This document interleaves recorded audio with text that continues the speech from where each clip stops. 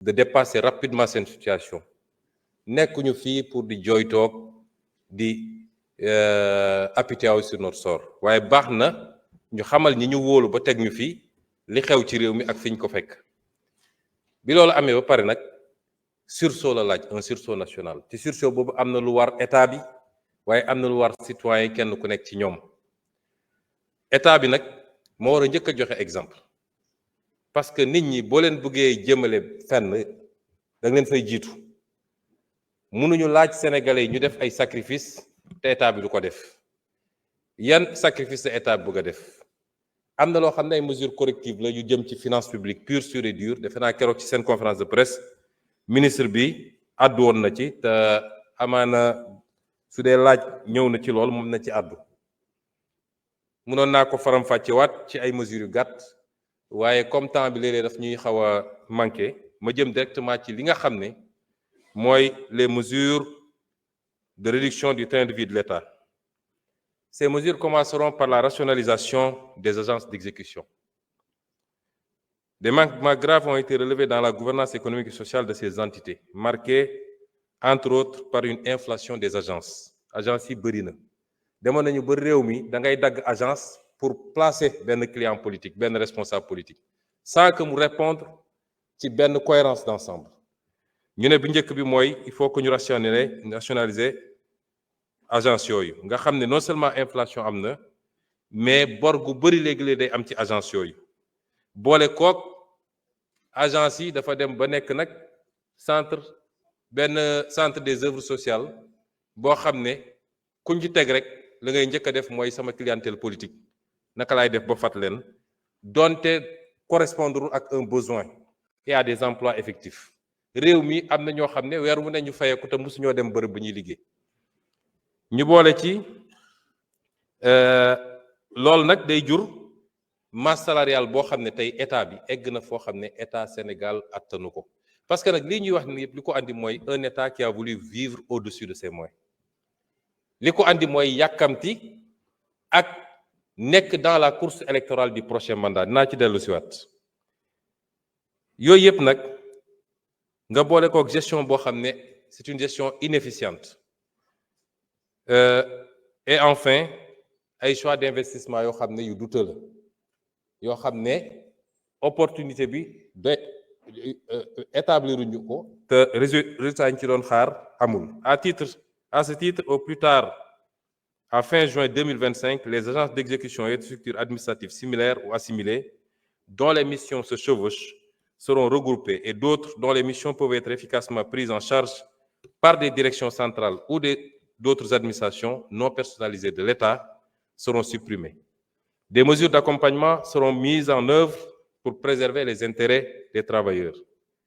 À titre indicatif, je peux mentionner déjà la fusion du Fonds d'impulsion de la microfinance, du Fonds national de la microfinance et du Fonds d'appui à l'économie sociale et solidaire. Ces trois fonds qui répondent à la même vocation. La fusion du Fonds d'appui à l'investissement des Sénégalais de l'extérieur et du Fonds des crédits femmes diaspora.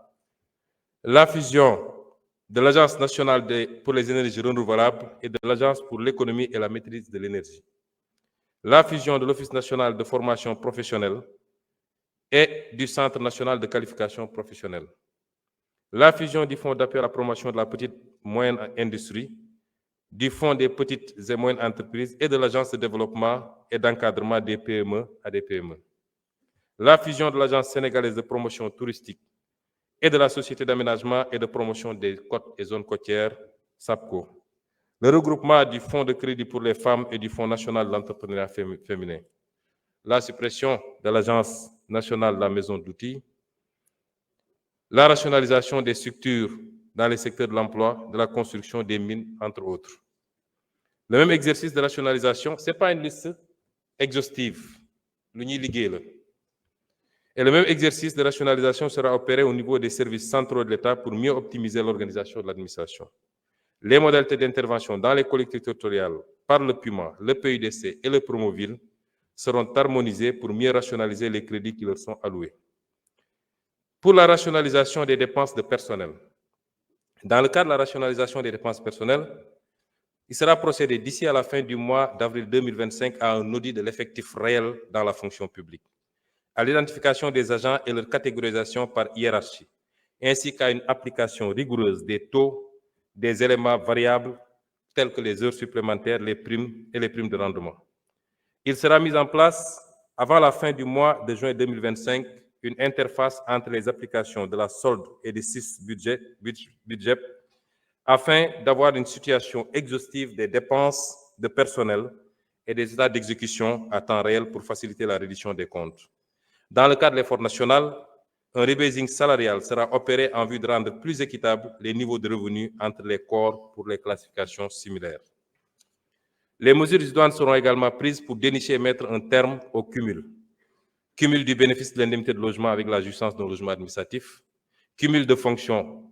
Un dispositif de suivi rapproché et rigoureux sera mis en place pour éviter les dérapages. Dans le même ordre d'idée, il sera procédé à l'analyse au plus tard à fin mars 2025 des mises à disposition, des détachements et autres modalités qui permettent à des salariés de la fonction publique de signer des contrats dans des projets d'investissement exécutés par l'État.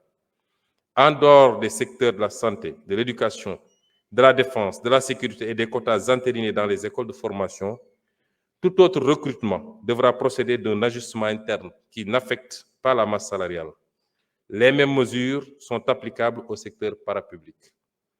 Les dispositions réglementaires seront prises afin que le secteur parapublic puisse soumettre systématiquement les plans de recrutement et les niveaux de rémunération à l'autorisation du Premier ministre après validation par les tutelles techniques et financières.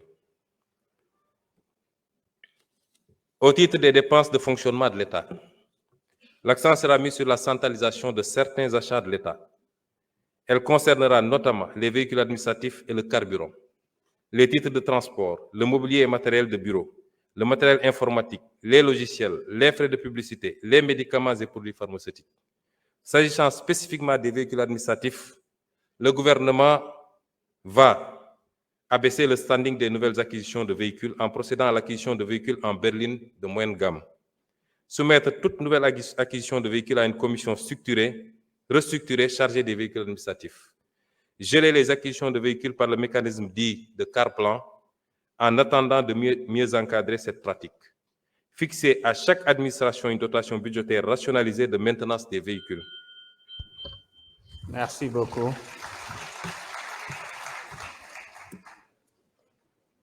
Merci, Monsieur le Premier ministre. Honorable député Thierno Alassane Sall, vous avez la parole.